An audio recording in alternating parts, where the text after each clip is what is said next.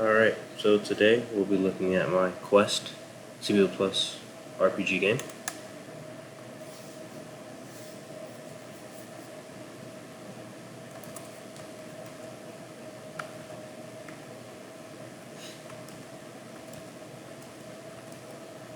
Made this game in about a week's time, just for fun.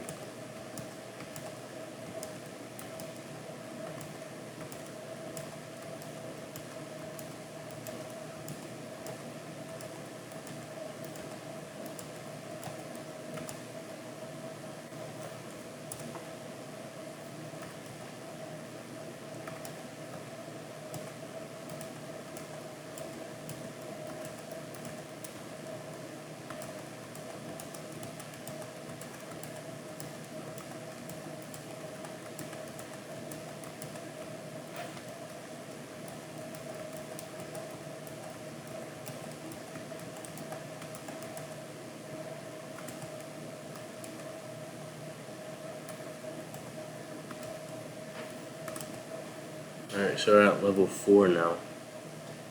XP seems to be growing.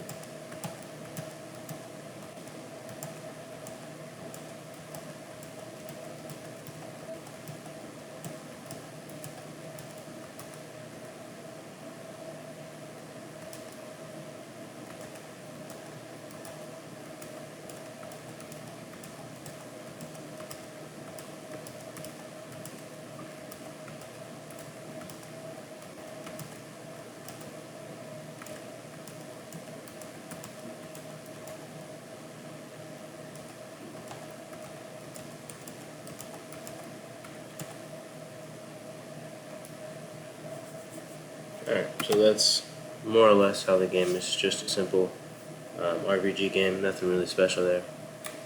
But if we look at the code here, it really all gets started in the character class here, where the character, you have your base public functions, your name, your health, etc. And then after you have your getters, then you kind of have just, your basic things for your damage, how you level up, and then you have your classes that extensiate from this class, essentially inheriting. For the player classes, the story classes, just like the classes that you interact with on the map besides the main enemies, which are a part of the battle loop, or the combat loop rather. And then your weapons, just and all of this really works is it adds on. So the weapon attack adds 5 to the base weapon attack to get a 10 weapon attack for the mace, 9 for the sword, 10 for the battle axe, and then an 8 for the daggers. That's how that works. Same thing for the player. So for the default attack, default defense, the default health, the default max health, and then when you go to the player, it will add that or subtract that depending on how you want your game to be structured. Yeah. And then mapped. Nothing really too big here, just kind of making all the variables for your maps, setting the width and height for it, like this, 11 by 11, and then what this does essentially is just makes the map, sets the player position, besides the default map, which the default map is actually set in the actual class here, if I can find it. Right here. So the castle map is the default map actually, which is loaded again as we run it. For the default map, the current map is set to the castle map, and this is said castle map. Yeah, nothing really major here, besides, like, just simple implementation. Um, yeah, enemy init.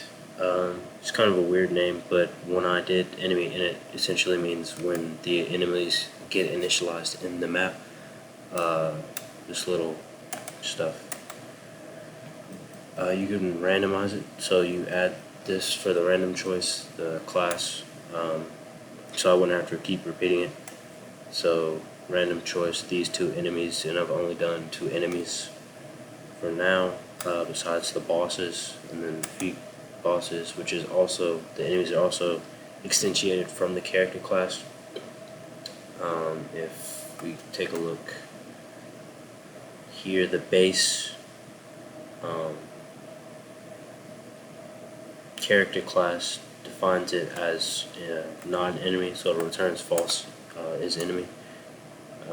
So it won't tell you if it's an enemy unless you put enemy returns truth. So that's that. And then for the bosses, it's essentially the same thing. I just buffed up their stats. And then in the main file, just the gauge combat. Yeah, it'll give the player 50 experience out of 100 to level, and then when the player levels up, it'll multiply it by 1.2 here to add 20 the first time. So if you're level up to level 2, your XP to next level will be 120, and then your gold when you level up, and you also get gold if you kill an enemy, level up, and then chests as well. There's books. That's just really one string of text there, and then your interaction with players as the sorcerer and the king. There, the enemies, and then the main game loop.